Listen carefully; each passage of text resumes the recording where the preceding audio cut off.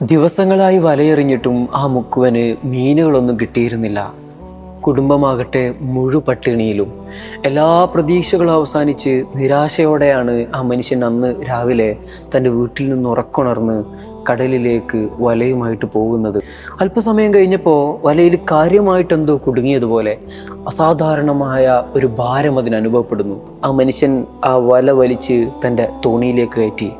പ്രതീക്ഷകൾ തെറ്റിയില്ല. താൻ ഇന്നേവരെ കണ്ടിട്ടില്ലാത്ത തരത്തിലുള്ള അത്രയും വലിയ മത്സ്യം. വളരെ സന്തോഷത്തിലായിരുന്നു ആ മനുഷ്യൻ. ദിവസങ്ങളായിട്ട് തൻ്റെ മക്കൾ പട്ടിണി അടക്കുകയാണ്.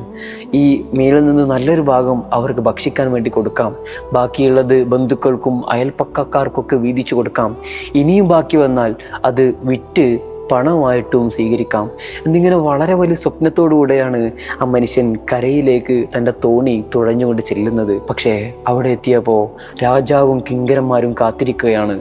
രാജാവിൻ്റെ രാജഭടന്മാർ ഇദ്ദേഹത്തിൻ്റെ അടുത്തേക്ക് ഓടി വന്നിട്ട് പറയുന്നു, ഈ മത്സ്യം അത് രാജാവിന് ഇഷ്ടപ്പെട്ടിട്ടുണ്ട്, അത് രാജാവിന് വേണം. മുക്കുവൻ കേണപേക്ഷിച്ചുകൊണ്ട് പറയുന്നുണ്ട്, അരുത്, എൻ്റെ കുടുംബം ദിവസങ്ങളായിട്ട് പട്ടിണിയിലാണ്, ഇതിൻ്റെ വിലയെങ്കിലും തരൂ. അത് കേൾക്കാൻ പോലും നിൽക്കാതെ ആ വലിയ മത്സ്യത്തെയും കൊണ്ട് രാജകിങ്കരന്മാരും രാജാവും കൊട്ടാരത്തിലേക്ക് നടന്നു.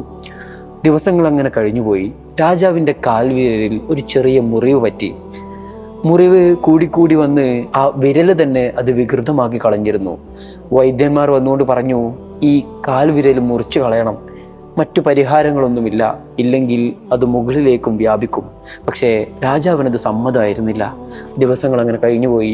കാൽവിരലിലെ മുറിവ് വ്യാപിച്ച് അത് കാൽമുട്ടോളം എത്തി. കാലും മുഴുവനും മുറിച്ചു കളയേണ്ട അവസ്ഥ.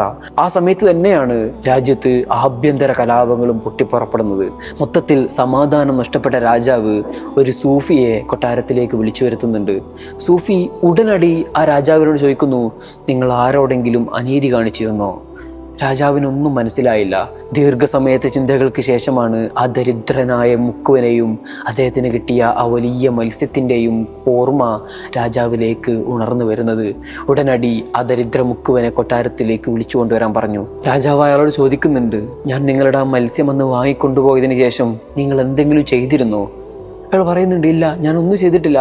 രാജാവ് പറയുന്നു, നിങ്ങൾ പറഞ്ഞോളൂ, ഇവിടെ ആരും നിങ്ങളെ ഒന്നും ചെയ്യില്ല. അദ്ദേഹം പറയുന്നു, ഞാനൊന്നും ചെയ്തിട്ടില്ല, ഞാൻ ആ സമയത്ത് അള്ളാഹുവിനോട് പ്രാർത്ഥിക്കുക മാത്രം ചെയ്തു. അള്ളാഹുവേ, ആ രാജാവ് അവൻ്റെ ശക്തി എനിക്ക് കാണിച്ചു തന്നു, ഇനി നീ നിന്റെ ശക്തി അവന് കാണിച്ചു കൊടുക്കണമേ എന്ന് പ്രാർത്ഥിച്ചിരുന്നു. പ്രവാചകർ സല്ലല്ലാഹു അലൈഹി വസല്ലം തങ്ങൾ പറയുന്നുണ്ട്, ആക്രമിക്കപ്പെട്ടവൻ്റെ മനം നൊന്തുള്ള പ്രാർത്ഥനയ്ക്കും അള്ളാഹുവിനും ഇടയിൽ യാതൊരുവിധ മറകളുമില്ല.